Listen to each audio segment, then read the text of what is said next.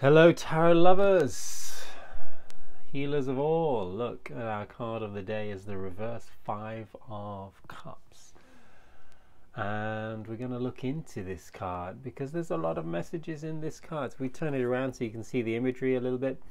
There's a cloaked figure in black and three cups that are fallen over and spilt, if you like, and two cups behind him standing. There is a river in the background, what looks like a villa or a town, and a bridge.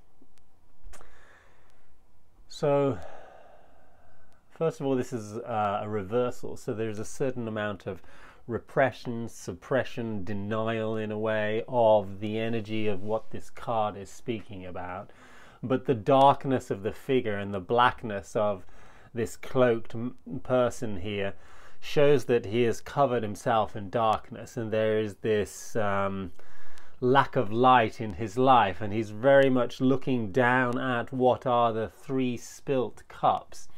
So these three spilt cups are this emotional pain that we may have experienced through different sort of lessons of in life, or different traumas that we might have had. And when looking down, we're seeing sadness, grief, pain.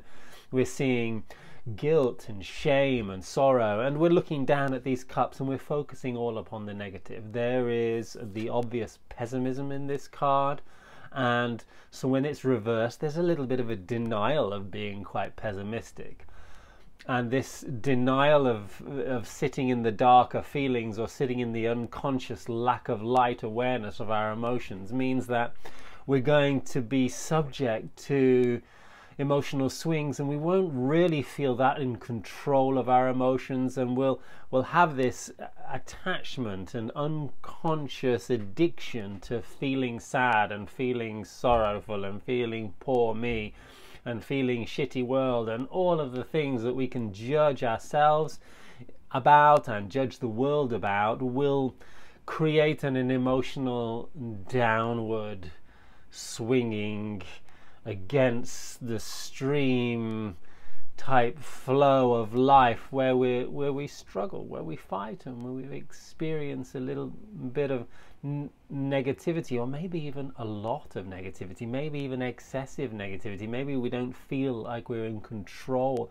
of our emotional state of mind, and this is this unconscious addiction, which we call pessimism, but it's really like an addiction to feeling certain emotional stimulus, because maybe at one time or another, when we were kids, we feel bad, maybe somebody came running to help us, or maybe we feel bad, people felt sorry for us, or maybe we feel bad and people stopped being angry at us, or who knows, maybe feeling bad, would mean that other people would feel like better than when they're around us, because hey, well, I'm not as bad as that guy, look at him. And who knows, there are many different subtle ways that we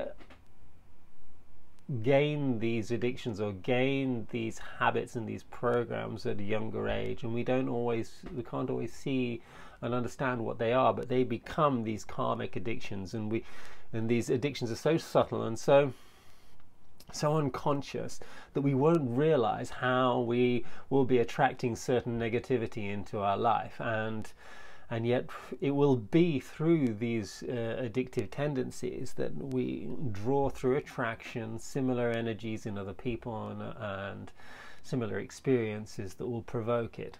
Two of the biggest ones that I've experienced with this are shame and guilt, and these are globally or socially unaccepted and very easy to repress. So it very much kicks in very easy with this reversal here, that there is a lot of shame and that we don't want to look at our failures, that we judge ourselves for what we're not good at, that we will naturally become afraid and avoid at all costs anything that will bring up feelings of shame or feelings of guilt.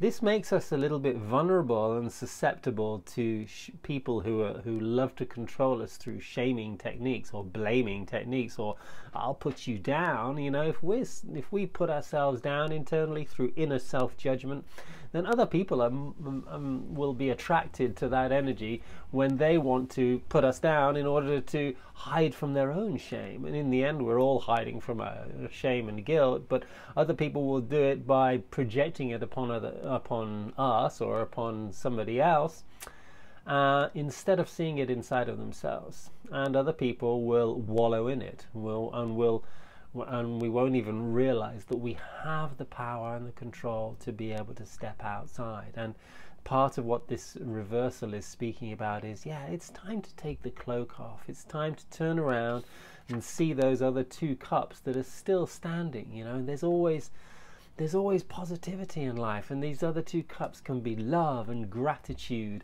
for life. You know, find something that we like, find something that we enjoy, find something that lifts us up, and there is always going to be an excuse to find a more beautiful vibration and a more beautiful emotional feeling and create that inside of us. But if we are addicted to the opposite, and if we are unconsciously attached to or tied to programs that make us feel crappy all the time, then, you know, sometimes we'll even feel safe in these programs, and it feels easier to hide and to cloak ourselves than it does to open up that cloak and allow somebody to see our pain, allow somebody to actually honestly see who, you know, the pain that we're holding, the grief that we're suffering, the shame that we have, you know, the guilt that we're feeling, the mistakes that we've made. All of those things